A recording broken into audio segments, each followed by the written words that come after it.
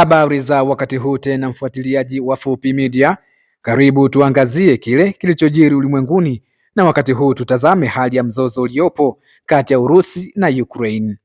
Licha ya kufanyika kwa mazungumzo siku ya Jumanne kati ya rais wa Marekani Donald Trump na mwenzake wa Urusi Vladimir Putin juu ya kumaliza vita kati ya Urusi na Ukraine, serikali ya Marekani imesema kwamba mzozo wa vita uliopo kati ya taifa la Urusi na Ukraine wala haupo karibu kumalizika, yaani bado kabisa. Hayo ni kwa mujibu wa msemaji wa ikulu ya White House Marekani, Karoline Leavitt. Msemaji huyo wa ikulu ya White House alipozungumza na waandishi wa habari siku ya Jumatatu, siku moja kabla ya mazungumzo ya viongozi hao wawili, Vladimir Putin na mwenzake Donald Trump, Karoline Leavitt alisema kwamba mazungumzo ya Trump na Putin ni sawa na soka la Marekani. Namnukuu, tupo kwenye mstari wa yadi 10 wa amani na hatujawahi kuwa karibu na mpango wa amani kuliko tulivyo kwa wakati huu, alisema Leavitt alipozungumza na waandishi wa habari. Hata hivyo, viongozi hao wawili walifanikiwa kufanya mazungumzo ya njia ya simu siku ya Jumanne kujadili mustakabali wa mzozo wa Urusi na Ukraine, wakilenga kusitisha vita kwa siku 30 kama alivyopendekeza rais wa Marekani Donald Trump. Mazungumzo ya siku ya Jumanne ni awamu ya 4 ya mazungumzo baina ya serikali ya Urusi na Marekani, ambapo awamu ya kwanza ya mazungumzo hayo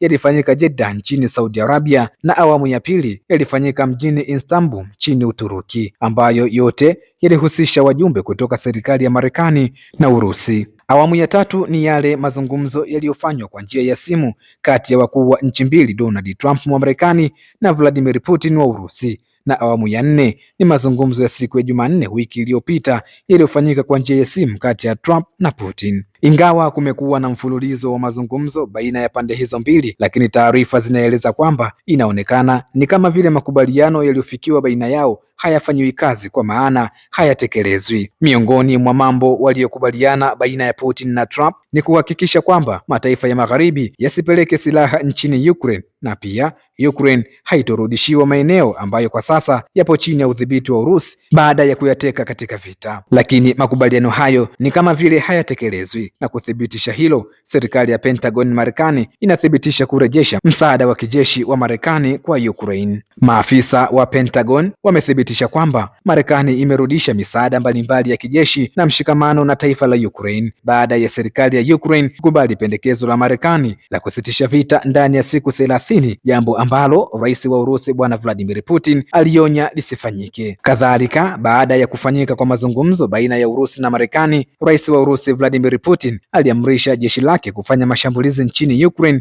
baada ya kuona dalili ya kutoeleweka kwa msimamo wa makubaliano yake na bwana Donald Trump. Akizungumza na waandishi wa habari siku ya Jumanne, katibu wa wanahabari wa Pentagon Jean Parnell alisema kwamba msaada wa Marekani kwa serikali ya Ukraine umerudishwa upya. Namnukuu, tumepata ripoti zilizothibitisha kuwa Marekani itaendelea na inarudi nchini Ukraine, alisema kamanda wa kamandi kuu ya jeshi la anga la Marekani CENTCOM Alexei Gikewich, akithibitisha ukweli huo kwa kurejelea maneno ya Jean Parnell. Vladimir Putin mara kwa mara amekuwa akisema kwamba njia pekee ya kumaliza vita kati yake na Ukraine ni kusitishwa kwa misaada ya kigeni ya kijeshi kwa Ukraine na mgawanyo wa ujasusi. Na siku ya Jumanne, siku ambayo bwana Putin na Trump walipokuwa wakifanya mazungumzo ya kumaliza vita hivyo, ndio siku ambayo Pentagon Marekani ilitangaza kurudisha kifurushi cha msaada wa kijeshi na ujasusi nchini Ukraine. Mazungumzo baina ya viongozi hao Putin na bwana Trump yalidumu kwa muda wa saa 2.5,